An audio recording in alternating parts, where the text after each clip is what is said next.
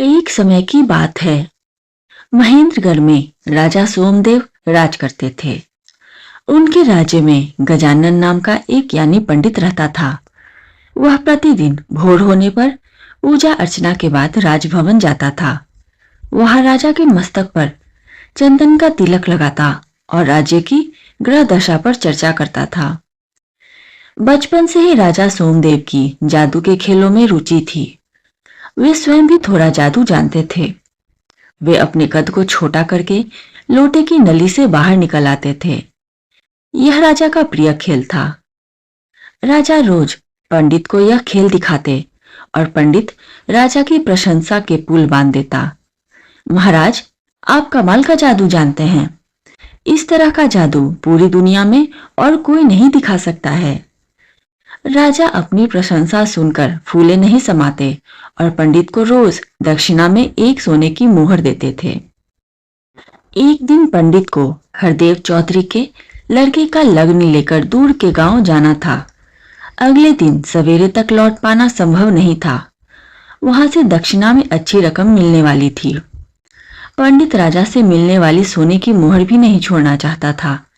पंडित ने अपने बेटे लक्ष्मण को पूरी बात समझाई और अगले दिन राजभवन जाने के लिए कहा। लक्ष्मण बड़ा खुश था।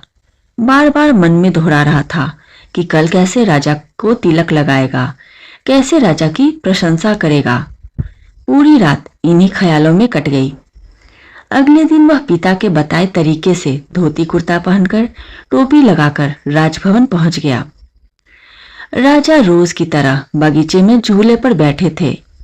लक्ष्मण को आते देखकर पूछा, क्यों गजानन पंडित नहीं आए? नहीं, पिताजी आज दूर गांव गए हैं, इसलिए तिलक लगाने के लिए मुझे भेजा है, लक्ष्मण ने उत्तर दिया।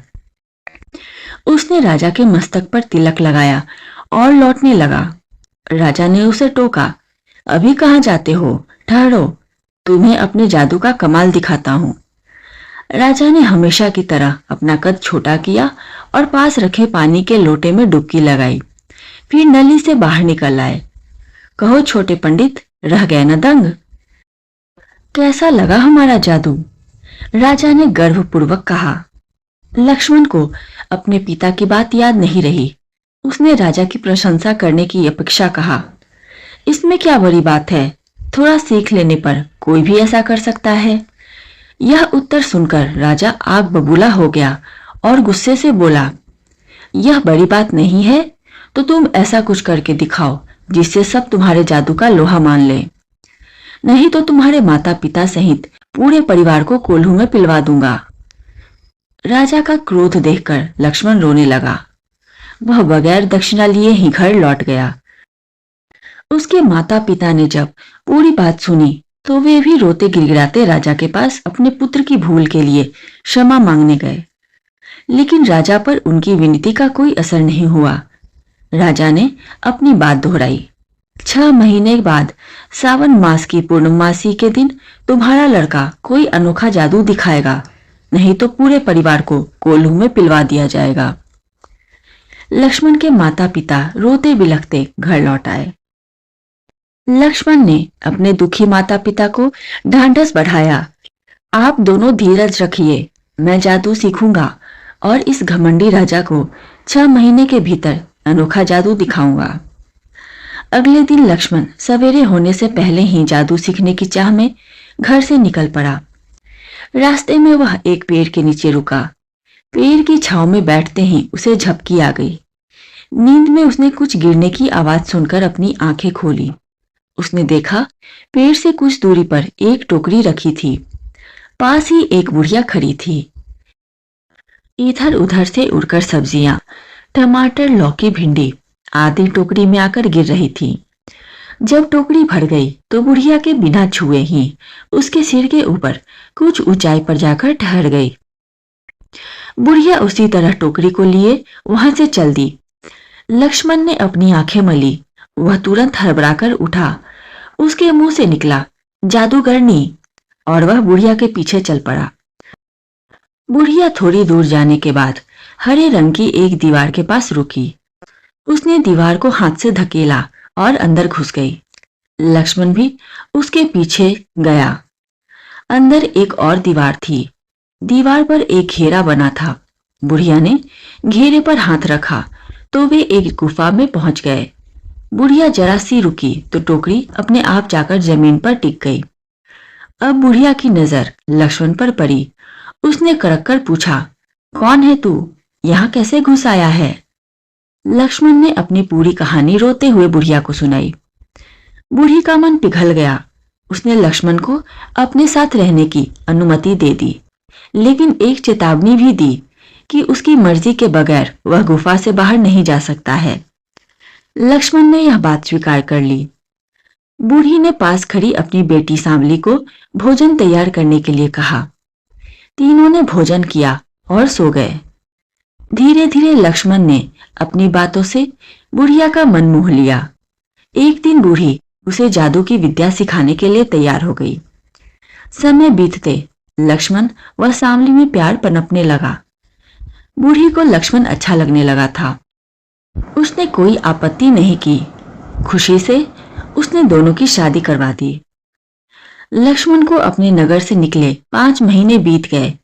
अब वह जादू के खेल में पारंगत हो गया था। उसने अपना और सांवली का तमाशाई का भेष बनाया और राजा के पास गया और राजा से कमाल का जीवन मृत्यु का खेल दिखाने की इजाजत ले ली और समय पर खेल शुरू हो गया। लक्ष्मण और सांवली तमाशाई के वेश में मैदान में आए। जनता के बीच घेरे में उन्होंने एक चक्कर लगाया। सबने तालियों से उनका स्वागत किया। तमाशाई बने लक्ष्मण ने सूत का एक गोला आकाश की तरफ उछाला। आकाश और धरती के बीच धागे का एक पुल बन गया। आकाश में कोलाहल मच गया। उस शोर की भयंकर आवाजें धरती पर स्पष्ट सुनाई दे रही थी। तमाशाई ने राजा से पूछा, क्या मैं आकाश में जाकर देखाऊं कि यह युद्ध क्यों हो रहा है? राजा ने इजाजत दे दी और कहा, 2 घड़ी बाद लौट आना। यहाँ सब तुम्हारा जीवन मृत्यु का कमाल देखने के लिए बैठे हैं। जी हाँ महाराज, तमाशाई ने कहा, लेकिन मुझे अपनी पत्नी की चिंता है। वह यहाँ किसी को नहीं जानती है। तुम्हारी पत्नी की सुरक्षा का जिम्मा हमारा है, राजा ने कहा। राजा की आज्ञा ले तमाशाई लटके हुए धागे के सहारे आकाश में चढ़ने लगा। धीरे धीरे वह जमीन से दिखाई देना बंद हो गया। सभी तमाशाई के लौटने की प्रतीक्षा में थे। तभी आकाश से किसी शरीर के कटे भाग नीचे गिरने लगे। सबने समझा युद्ध में किसी ने तमाशा दिखाने वाले को मार दिया है। उसकी स्त्री विलाप करने लगी। लोगों ने उस कटे शरीर के टुकड़ों को अर्थी पर रखा और अंतिम संस्कार के लिए शमशान ले गए। स्त्री भी अपने पति के साथ चिता पर लेट गई। दाह संस्कार के बाद जब सब लोग शमशान से लौटे तो देखा तमाशाई धागे को पकड़कर नीचे उतर रहा था। सबकी सांसें थम गई। राजा के तो होश ही उड़ गए। तुम जीवित हो? राजा के मुंह से निकला। मुझे क्या होना था? मैं तो युद्ध देखने गया था, तमाशाई बोला। तुम्हारा कटा शरीर नीचे गिरा था, जिसका दाह संस्कार हम अभी करके आए हैं। तुम्हारी पत्नी भी अपने पति धर्म को पूरा करने के लिए चिता में भस्म हो गई, राजा के एक सेवक ने बताया। क्या कहा? मैं नहीं मरा तो मेरी पत्नी सती कैसे हो सकती है? लगता है राजा का मन मेरी पत्नी पर आ गया है, तमाशाई ने क्रोधपूर्वक कहा। तमाशाई की बातों से सभी हैरान परेशान थे। किसी के पास कोई उत्तर नहीं था। राजा उसके आगे हाथ जोड़ रहा था। मुझे माफ कर दो, मैं तुम्हारी पत्नी की रक्षा नहीं कर सका। राजा की बात सुनकर तमाशाई जोर से हंसने लगा और बोला, राजन, मेरी पत्नी तुम्हारे शयन कक्ष में कैद है, जाकर देख लो। ऐसा नहीं हो सकता, हमने अपनी आंखों से उसे आग की लपटों में समाते देखा है। वहां उपस्थित सभी लोग एक साथ बोल उठे। चलो चलकर आप सब अपनी आंखों से देख लो।